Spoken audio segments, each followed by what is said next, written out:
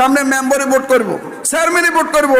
এখন যদি কোরবানি না দিই তো মানুষের তো সামনে ভোটের সময় কবে তুই কোরবানিও দিতে হারলি না, এত হেডম নাই, তুই আইসো আমার কাছে ভোট চাইবি। এখন মনে মনে যদি হাতে নিয়ত দেয় যে আয় সামনে তো ভোট করুম, গরুকে জবাই করে দিউম, সামনে চেয়ারম্যানে ভোট করুম, গরুকে জবাই করে মানুষের কাছে নিয়ে দিউম, আর অ্যাডভাইস করুম, আর লাইট মারুম, আর প্রচার করুম, তাহলে তার কোরবানি কবুল হবে? কারণ নিয়ত তো হলো ভোট। আজকে আমরা যে কোরবানি করব আমাদের নিয়ত সহি করতে হবে, নিয়ত হইতে হবে নিষ্কলঙ্ক। কারণ কোরবানিটা এমন এক ইবাদত যেটা কাছের গ্যালাসের চেয়েও সূক্ষ্ম।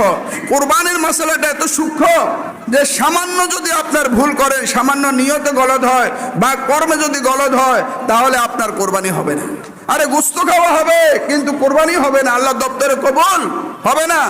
আত্মীয় স্বজনকে খুশি করার জন্য নয়, ব্যয় নিয়ে কি করবে, নতুন আত্মীয়তা খুশি করার জন্য নয়, পুত্রবধূ কি করবো কবে তারা গরিব কোরবানি দেয় না, বরে খুশি করার জন্য নয়, জামাই করবো আমার হোরালারা এত গরিব হয়ে গেছে কোরবানি দেওয়ার মতো সমর্থ নাই, জামাইরে খুশি করবার জন্য নয়, পাড়া প্রতিবেশীকে খুশি করার জন্য নয়, ভোট বাড়াইবার জন্য নয়। এখন তো কেউ আছে আবার ভোট সামনে মেম্বারে ভোট করবো, সামনে কি করবো, মেম্বারে ভোট করবো, চেয়ারম্যানে ভোট করবো।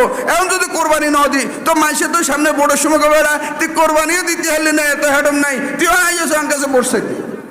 এখন মনে মনে যদি হাতে নিয়ত দেয় যে আয় সামনে তো ভোট করুম, গরুকে জবাই করে দিউম, সামনে চেয়ারম্যানে ভোট করুম, গরুকে জবাই করে মানুষের কাছে নিয়ে দিউম, আর অ্যাডভাইস করুম, আর লাইট মারুম, আর প্রচার করুম, তাহলে তার কোরবানি কবুল হবে? কারণ নিয়ত তো হলো ভোট, তার নিয়তটা কি? আর যদি নিয়ত সহি থাকে ইনশাল্লাহ আল্লাহ তার কোরবানি কি হবে, কবুল হয়ে যাবে। কি কারণ কেউ বোর্ডাল্লাহ যদি কোরবানি করে, কোরবানি হবে কি? আসল এই মাসালা তো আপনারাও জানেন। তাহলে নিয়ত সহি থাকতে হবে। কারণ কি সহি থাকতে হবে? নিয়ত সহি থাকতে হবে। এক নম্বরে নিয়ত সহি থাকতে হবে। নিয়ত যদি সহি না হয় তাহলে আমার আপনার কোরবানি হবে না।